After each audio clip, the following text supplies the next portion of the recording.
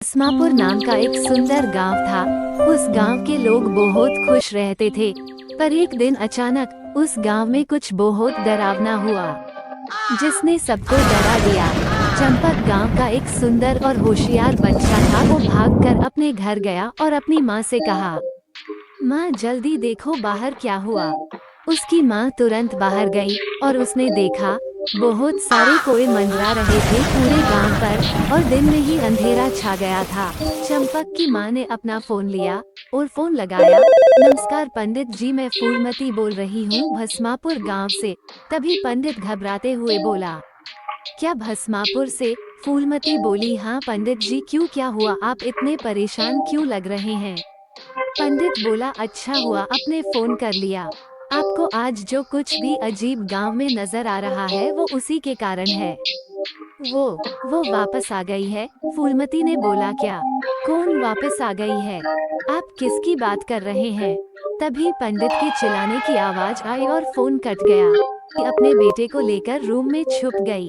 तभी गांव के कुछ लोग आपस में बात कर रहे थे, लगता है वो वापस आ गई है। तभी एक औरत जोर से चिल्लाकर वहां से भाग गई और फूलमती देख रही थी, पर वो कुछ समझ नहीं पाई कि आखिर ये क्या हुआ। तभी चंपक ने बोला, माँ पिताजी का फोन आया था, बोल रहे थे वो नहीं आ रहे आज। तभी फूलमती गांव की औरतों के पास गई और पूछा, ये सब क्या हुआ था? इतना भयानक भयावह ये सब कैसे हुआ था? तभी गांव का एक बूढ़ा आदमी आगे आया और फूलमती से कुछ बोलने वाला था। तभी फिर तेज बारिश लग गई। फूलमती और चंपक घर के अंदर आ गए। फूलमती की एक छोटी बेटी भी थी। चंपक उसके साथ खेलने बैठ गया और फूलमती अपने पति को फोन करने चली गई। फूलमती सोच रही थी कि कब ये फोन उठाएंगे। तभी उसके पति ने फोन उठाया और बात करने लगा।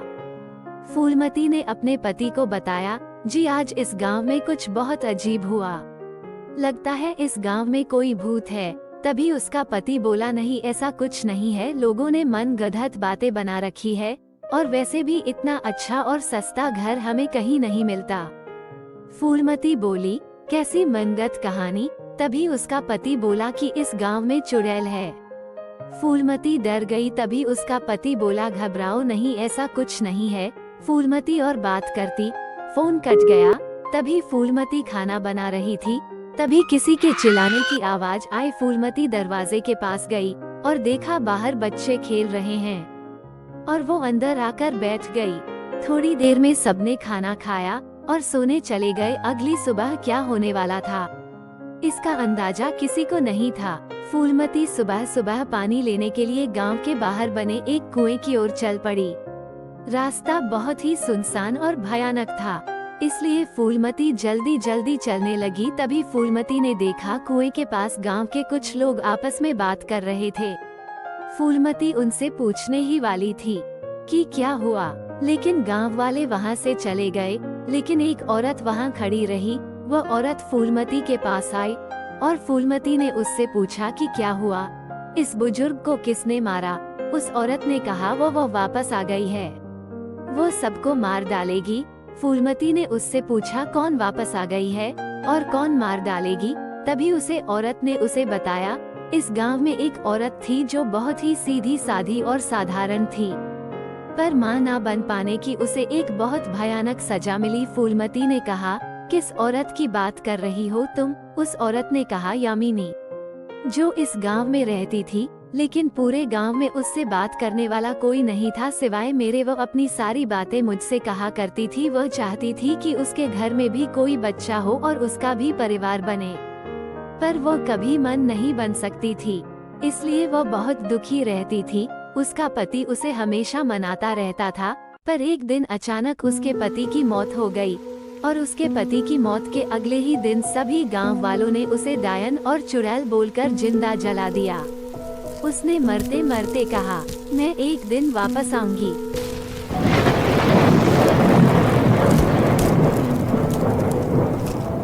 मैं एक दिन वापस आऊंगी अपना बदला लेने, और वह वापस आ गई है, क्योंकि उसके घर में जो ताला लगा था वो खुल गया है और उसके घर में कोई रहने आ गया है। तभी फूलमती ने बोला, तुम किस घर की बात कर रही हो? और औरत बोली, जिस घर में तुम लोग रहने आए हो वो यामिनी का ही घर है। फूलमती घबरा गई और अपने घर की ओर दौड़ने लगी। फूलमती रास्ते में ही थी, तभी जोर से बारिश शुरू हो गई। फूलमती जैसे तैसे कर अपने घर पहुंची, उसने देखा कि उसके बच्चे सोए हुए हैं, पर उसे डर लग रहा था।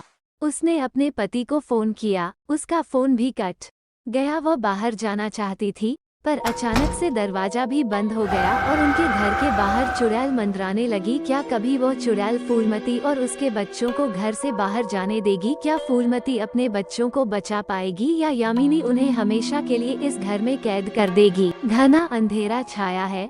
दोनों बच्चे और अकेली माँ एक चुड़ैल की कैद में डरे सहमे से हैं। बच्चे अपनी माँ से बोल रहे हैं, माँ क्या हम भी अब मरने वाले हैं? तभी फूलमती दरवाजे को खोलने की कोशिश करती है, पर बाहर चुड़ैल घूम रही है, मानो चुड़ैल घर पर पहरा लगा रही हो। तभी फूलमती की बेटी बोली, माँ जोर से भूख लग रही है। तभी फूलमती बच्चों को लेकर रसोई में बैठकर खाना बनाने लगी। फूलमती सोच रही है कि क्या कोई गांव वाला उनकी मदद कर सकता है। वो चुड़ैल से अपने बच्चों और खुद को कैसे बचा पाएगी? वो एक चुड़ैल से कैसे लड़ेगी? आखिर चुड़ैल को उनसे क्या चाहिए है? तभी घर की डोर बेल बजी। फूलमती तुरंत दरवाजे के पास गई और दरवाजा खोला, और यह क्या? उसका पति उसके सामने खड़ा है। वह अपने पति को देखकर बहुत खुश हुई। वो अपने पति को अंदर आने से रोकना चाह रही थी। उसके बच्चे भी बाहर आना चाह रहे थे। फूलमती ने इधर उधर देखा, बाहर कोई नहीं था। उसने अपने पति को अंदर आने से रोकना चाहा, पर उसका पति सीधा अंदर आ गया। तभी दरवाजा फिर बंद हो गया। उसका पति देखता ही रह गया कि यह सब हुआ कैसे। फूलमती तो उसके साथ है, पर दरवाजा किसने बंद किया? तभी फूलमती ने उसे सब कुछ बता दिया। उसका पति हैरान था। वो उठकर दरवाजे की तरफ गया और दरवाजा खोलने की कोशिश करने लगा, पर दरवाजा नहीं खुला और उनके सामने एक चुड़ैल आ गई। वो दोनों डर गए और चुड़ैल को बोला, हमें और हमारे बच्चों को छोड़ दो, हम तुम्हारे घर से चले जाएंगे, तुम्हें परेशान नहीं करेंगे, कृपया हमें माफ कर दो। तभी चुड़ैल ने बोला, मैं तुम्हें डरना नहीं चाहती थी, मेरी तुमसे कोई दुश्मनी नहीं है, बल्कि मैं तो कई सालों से इस घर के बाहर बैठी हूँ किसी के इंतजार में, और तुमने मेरा इंतजार खत्म कर दिया। मैं चाहती थी मेरे घर में भी परिवार हो, बच्चे हो, पर मेरा ये सपना जीते जी कभी पूरा नहीं हुआ, और गांव वालों ने मुझे और मेरे पति दोनों को मारकर हमारी सारी जमीन जायदाद अपने कब्जे में ले ली। मैं चाहती हूँ कि यह सब तुम और तुम्हारे बच्चों को मिले, तुम मेरे घर में रहो मेरी जायदाद के मालिक बनकर। मैं चाहती हूँ तुम मुझे मुक्ति दिलाओ। गांव वालों से तो मैं अपना बदला कब का ले सकती थी, वही मेरी आखिरी इच्छा थी, पर मैं यह इच्छा भी पूरी कर सकती हूँ। मुझे विश्वास था कि कभी ना कभी तो कोई जरूर आएगा, इसलिए इतने सालों से मैं इस बंद घर के ताले खुलने का इंतजार कर रही थी। अब तुम लोग यहाँ आ ही गए हो तो कृपया यहाँ से कभी मत जाना। तभी फूलमती ने बोला, आपके साथ इस गांव के लोगों ने जो कुछ भी किया वो बहुत ही गलत था, पर कृपया आप उन लोगों को माफ कर दो, उनको उनके कर्मों का दंड जरूर मिलेगा।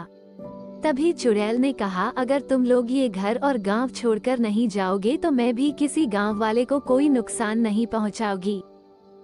तभी फूलमती ने उससे वादा किया कि वो और उसका परिवार यही रहेंगे, कभी यहाँ से दूर नहीं जाएंगे, यही आज से उनका घर है। तभी एक तेज रोशनी चुड़ैल पर पड़ी और वो ऊपर आसमान की तरफ उड़ने लगी। चुड़ैल को मुक्ति मिल गई और फूलमती और उसका परिवार चुड़ैल के साए से आजाद हो गया और गांव वाले भी खुशी से रहने लगे। फूलमती के पति ने पुलिस को फोन करके बुला लिया और यामिनी और उसके पति के कातिलों को सजा दिलवाई और वो सब खुशी खुशी रहने लगे।